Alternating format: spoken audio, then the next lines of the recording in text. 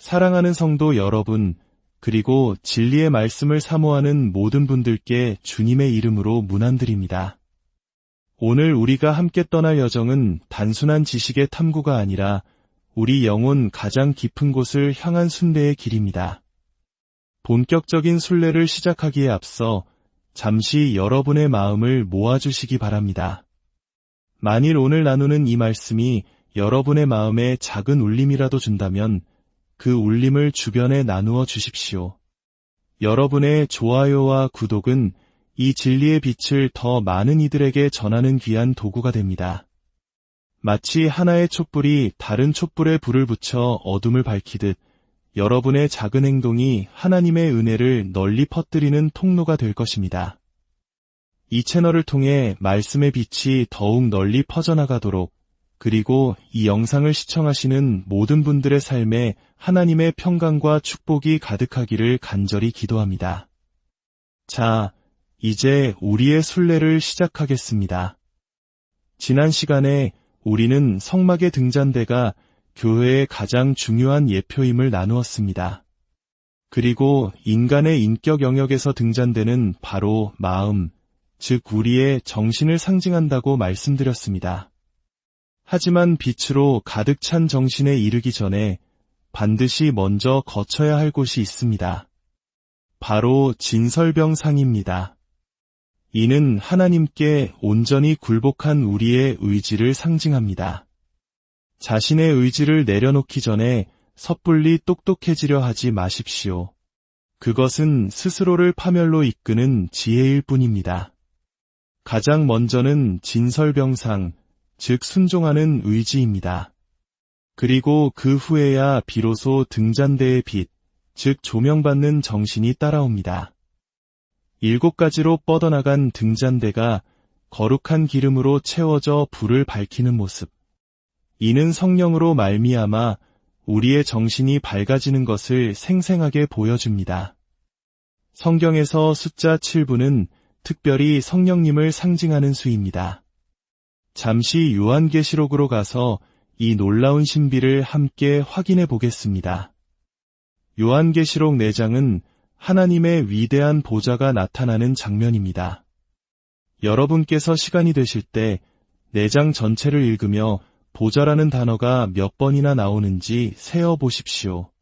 장로들이 앉아있는 자리 역시 보좌로 번역되는 것이 옳습니다. 그곳은 온통 보좌로 가득 차 있습니다. 사도 요한이 하늘에 올라가 가장 먼저 본 것도 바로 하나님의 보좌였습니다. 이곳은 우주의 통치가 이루어지는 중심부입니다. 우주에는 보좌, 주권, 권세, 능력이란 4가지 주요 질서가 있는데 그중 가장 높은 차원이 바로 이 보좌의 차원입니다.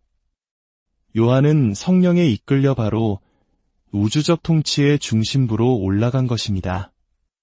요한계시록 4장 5절은 이렇게 증언합니다. 보좌로부터 번개와 음성과 우레소리가 나고 보좌 앞에 켠 등불 7이 있으니 이는 하나님의 7병이라 보십시오. 성령님은 한 분이시지만 동시에 7병으로 표현됩니다. 자연에서 성령님을 가장 잘 보여주는 예표는 바로 무지개입니다. 하나의 빛이 7가지 색깔로 나뉘어 찬란하게 드러나는 것처럼 말입니다. 공교롭게도 하나님의 보좌 주위에는 무지개가 있었습니다. 이제 요한계시록 5장 6절을 보겠습니다. 내가 또 보니 보좌와 네 생물과 장로들 사이에 한 어린 양이 서 있는데 일찍이 죽임을 당한 것 같더라. 그에게 7뿔과 7눈이 있으니 이 눈들은 온 땅에 보내심을 받은 하나님의 7영이더라. 여기서 네 생물을 짐승이라고 번역해서는 안 됩니다. 13장에 나오는 적그리스도를 칭하는 악한 짐승과는 원어 자체가 다른 단어입니다. 이들은 거룩한 생물입니다. 어린 양에게는 7뿔과 7눈이 있습니다. 뿔이 힘의 상징이라면 눈은 통찰력과 이해력의 상징입니다. 그리고 성경은 이 7눈이 바로 하나님의 7영이라고 명확히 밝힙니다. 즉, 성령님께서 주시는 영적 통찰력을 의미하는 것입니다. 어떤 분들은 성령님이 한 분이신데 어떻게 7영일 수 있는지 혼란스러워합니다. 저는 이것을 한 분 성령님의 7가지 속성 혹은 사역의 형태로 이해합니다. 이사야서 11장으로 가면 7영에 대한 분명한 계시를 발견할 수 있습니다. 이사야서 11장은 메시아, 즉 예수님에 대한 예언입니다. 1절부터 3절까지 하나님의 7영이 명확하게 펼쳐집니다. 이새의 줄기에서 한 싹이 나며 그 뿌리에서 한 가지가 나서 결실할 것이요. 여기서 이새의 줄기에서 난 싹은 바로 예수님을 가리킵니다. 2절을 보겠습니다. 그의 위에 여호와의 영 곧 지혜와 총명의 영이요 모략과 재능의 영이요 지식과 여호와를 경외하는 영이 강림하시리니 여기에 바로 7영이 있습니다. 첫째, 여호와의 영. 둘째, 지혜의 영. 셋째, 총명의 영. 넷째, 모략의 영. 다섯째, 재능의 영. 여섯째, 지식의 영. 그리고 7째, 여호와를 경외하는 영입니다. 이것을 7가지 등잔대에 비유해 본다면 중앙의 가장 큰 등잔대는 여호와의 영입니다. 그리고 그 양옆으로 지혜와 총명, 모략과 재능, 지식과 경외함이 한 쌍씩 짝을 이루며 빛을 발하는 모습입니다. 여호와의 영은 전능하신 하나님으로서 1인칭으로 말씀하시는 영입니다. 사도행전 13장을 보면 선지자들과 교사들이 주를 섬겨 금식할 때 성령께서 말씀하십니다. 내가 불러시키는 일을 위하여 바나바와 사울을 따로 세우라. 성령님께서 내가 시키는 일이라며 전능하신 하나님의 자격으로 직접 말씀하십니다. 이처럼 등잔대는 성령의 기름으로 채워져 환하게 밝혀진 우리의 정신을 상징합니다. 그리고 그 빛은 바로 맞은편의 진설병상, 즉 하나님께 드려진 우리의 의지를 비춥니다. 우리의 정신은 오직 예수 그리스도를 바라볼 때에만 온전히 밝아질 수 있습니다. 사도 바울은 에베소서 4장 22절에서 24절을 통해 모든 그리스도인이 해야 할 일을 이렇게 권면합니다. 너희는 유혹의 욕심을 따라 썩어져가는 구습을 따르는 옛 사람을 벗어버리고 오직 너희의 심령이 새롭게 되어 하나님을 따라 의와 진리의 거룩함으로 지으심을 받은 새 사람을 입으라. 성령의 기름으로 채워진 등잔대는 바로 너희의 심령이 새롭게 되는 것의 예표입니다. 이는 성령께서 우리 생각의 영역에 들어오셔서 그 모든 것을 주관하시도록 내어드리는 것을 의미합니다. 이사야서 11장으로 다시 돌아가 보겠습니다. 이 영적 원리가 우리의 실제 삶에서 어떻게 나타나는지 보여주는 놀라운 말씀이 있습니다. 2절과 3절입니다. 그의 위에 여호와의 영. 이 강림하시리니 그가 여호와를 경외함으로 즐거움을 삼을 것이며 성령으로 충만할수록 우리는 더욱 하나님을 경외하게 됩니다. 이는 은사주의 운동에 있는 많은 이들이 반드시 배워야 할 교훈입니다. 하나님의 아들이신 예수님조차도 성령으로 말미암아 여호와를 경외하는 법을 배우셨습니다. 3절은 이어서 말합니다. 그의 눈에 보이는 대로 심판하지 아니하며 그의 귀에 들리는 대로 판단하지 아니하며. 여기서 여호와를 경외함으로 즐거움을 삼는다는 히브리 원어의 의미는 예민한 후각을 갖게 되다, 즉 냄새를 잘 맡게 되다는 뜻을 가지고 있습니다. 이는 눈으로 보고 귀로 듣는 것에 국한되지 않는 영적인 감각, 바로 영적인 후각을 의미합니다. 이것은 목자에게 반드시 필요한 능력입니다. 이리가 양의 탈을 쓰고 양떼 가운데 들어올 때 겉모습은 양과 같지만 그 냄새는 분명히 이리의 냄새를 풍기기 때문입니다. 만약 눈에 보이는 대로 귀에 들리는 대로만 판단한다면 저건 양이구나 하고 속아 넘어갈 것입니다. 하지만 주님을 경외함으로 얻는 영적인 후각이 예민해지면 우리는 그 냄새로 이리를 분별해낼 수 있습니다. 한국 문화에 눈치라는 개념이 있지만 이것은 세상적인 눈치를 초월하는 성령께서 주시는 거룩한 분별력입니다. 성령 충만의 결과는 바로 이처럼 주님을 경외하는 가운데 예민한 영적 분별력을 갖게 되는 것입니다. 하늘의 모든 부요함을 관리하고 분배하시는 분은 바로 성령님이십니다. 만약 당신이 성령님을 무시하고 외면한다면 당신은 결국 영적인 거지가 될 것입니다. 당신이 한 길로 가고 성령님이 다른 길로 가신다면 누가 손해를 보겠습니까? 성령님이 아니라 바로 당신입니다. 성령님께 민감하게 반응하는 것, 조명받는 정신은 경외심이 가득하고 예민하며 즉각적으로 순종하는 마음입니다. 이것이 지성소로 들어가는 길의 다음 단계입니다. 이제 우리는 금으로 만든 분향단에 이릅니다.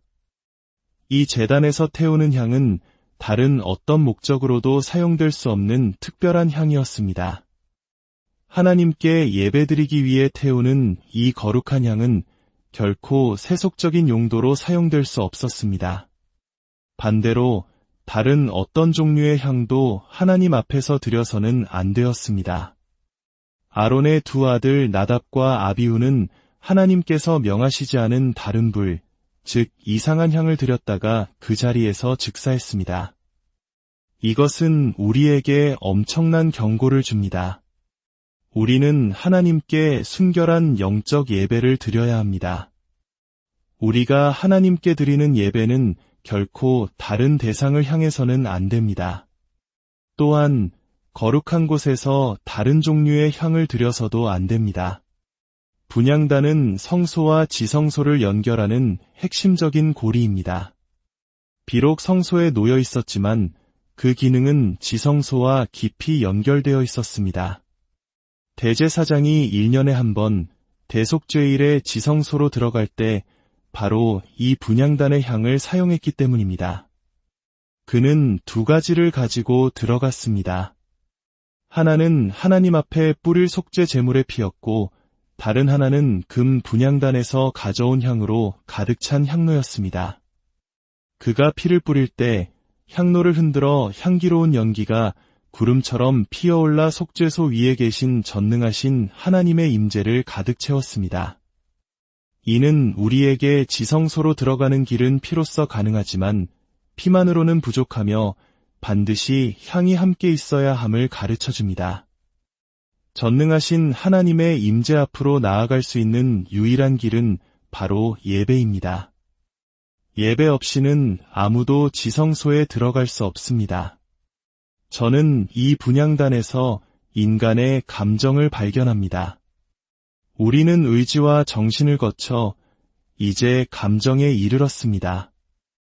우리의 감정은 하나님과의 영적 관계에서 매우 중요하고 타당한 역할을 합니다. 우리가 우리의 애정과 감정을 하나님께로 향하고 그분께 우리의 사랑을 드릴 때 우리는 지성소로 향하는 길 위에 서 있는 것입니다. 사랑과 찬미 속에서 표현되는 감정은 곧 예배로 승화됩니다. 많은 분들이 찬양과 예배의 차이가 무엇인지 묻습니다. 저는 이렇게 설명하고 싶습니다. 찬양은 예배로 나아가는 과정입니다. 당신이 진정으로 찬양할 때 당신은 성소에서 지성소로 이동하고 있는 것입니다. 그것은 마치 향기로운 연기를 피워 올리는 향로와 같습니다. 인간의 언어로 된 정의로는 이 깊이를 다 설명할 수 없습니다. 때로는 말로 설명하는 것보다 마음으로 느끼는 것이 더 나을 때가 있습니다. 이제 우리는 마침내 지성소로 들어옵니다. 그곳에는 단 하나의 기물, 바로 언약궤가 있습니다. 아카시아 나무로 만든 직사각형 상자에 순금을 입힌 것입니다. 언약궤는 그리스도를 예표합니다. 썩지 않는 아카시아 나무는 그분의 완전한 인성을, 순금은 그분의 흠없는 신성을 상징합니다. 성경에서 방주는 항상 그리스도를 예표합니다. 노아의 큰 방주는 심판의 홍수 속에서 우리가 그리스도 안에 거하며 구원받는 것을 상징합니다. 반면 모세의 작은 갈대 상자는 우리 안에 계신 그리스도를 상징합니다. 지성소에서 발견하는 이 언약궤는 우리 영혼의 가장 깊은 곳, 우리 안에 계신 그리스도를 만나는 자리입니다. 이 모든 여정은 우리 자신의 영적 존재 안에서 일어나는 내면의 과정입니다. 언약궤 위에는 속죄소가 덮여 있는데 이는 하나님의 용서와 화해를 상징합니다. 중요한 진실은 속죄소의 크기가 언약궤의 크기와 정확히 일치했다는 것입니다. 다시 말해 하나님의 자비 아래 거하기를 원한다면 반드시 그리스도라는 언약궤 안에 있어야 한다는 뜻입니다. 그 외에 다른 자비의 장소는 없습니다. 대속죄일에 이 속죄소 위에는 죄를 다루는 속죄 제물의 피가 뿌려졌습니다. 그리고 속죄소 위에는 두 그룹, 즉 천사가 있었습니다. 양쪽 끝에 선 그룹들은 속죄소 중앙을 향해 얼굴을 마주하고 그들의 날개는 위로 펼쳐져 그 끝이 서로 맞닿아 있었습니다. 저는 이 그룹들이 예배와 교제를 상징한다고 믿습니다. 얼굴을 마주보는 것은 교제를, 펼쳐진 날개와 경배하는 자세는 예배를 의미합니다. 하나님께서는 왜 하나가 아닌 똑같은 두 그룹을 만드셨을까요? 아담 이전의 세상에는 원래 하나님의 보좌를 덮는 기름 부음 받은 그룹이 하나뿐이었습니다. 그는 바로 루시퍼, 훗날 사탄이 된 존재였습니다. 그는 자신의 아름다움에 교만해져 반역했고 타락했습니다. 그래서 하나님께서는 다시는 그런 위험을 감수하지 않겠다. 항상 둘을 두어 서로를 보게 하리라. 각자가 상대방도 자신만큼 아름답다는 것을 알게 하리라고 말씀하신 것과 같습니다. 이것은 우리가 하나님과 교제하는 자리, 즉 지성소에 이를 때 우리 성도들 간의 교제의 자리에도 이르게 됨을 보여줍니다. 우리는 그곳에서 서로의 얼굴을 마주 봅니다. 바로 그곳에서 우리는 하나님과 그리고 서로와 얼굴을 맞대고 교제합니다. 속죄소 위에서, 거기에 뿌려진 피 위에서 이루어지는 진정한 교제. 이것이 유일한 참된 교제의 장소입니다. 그것은 영 안에서 얼굴과 얼굴을 마주하며 속죄소와 보혈 위에서 이루어집니다. 영의 세 가지 기능은 예배, 교제, 그리고 계시입니다. 들어가는 길은 예배입니다. 예배를 통해 우리는 하나님과 그리고 서로와의 교제에 들어갑니다. 그리고 그 예배와 교제로부터 우리는 계시를 받습니다. 이것이 유일하게 안전한 계시입니다. 진정한 계시는 이 과정의 어떤 단계도 건너뛰고 얻을 수 없습니다. 번제단, 물두멍, 진설병상, 등잔대, 분향단을 모두 거쳐 하나님의 임재 앞에 나아갈 때 비로소 신뢰할 수 있는 계시를 얻게 됩니다. 다른 모든 계시는 그 출처를 의심해 보아야 합니다. 참된 계시는 오직 지성소 안에서만 옵니다. 하나님께서는 내가 그곳으로 들어오면 내가 너와 만나고 입과 입을 마주하여 얼굴과 얼굴을 마주하여 말하리라고 약속하셨습니다. 지성소의 빛에 대해 한 가지 말씀드리겠습니다. 그곳에는 촛불이나 등잔 같은 어떤 인공적인 빛도 없었습니다. 유일한 빛은 하나님의 초자연적인 임재 그 자체, 유대인들이 세키나 영광이라 부르는 것이었습니다. 세키나는 거주하심을 의미합니다. 하나님께서 그의 백성 가운데 거하실 때 그분의 영광이 그곳을 밝혔습니다. 지성소 안의 언약궤에는 세 가지 물건이 들어있었습니다. 십계명이 새겨진 두 돌판, 만나를 담은 금 항아리, 그리고 아론의 쌍난 지팡이입니다. 두 돌판은 우리 마음에 기록된 하나님의 거룩한 법, 그분의 변치 않는 거룩하심을 상징합니다.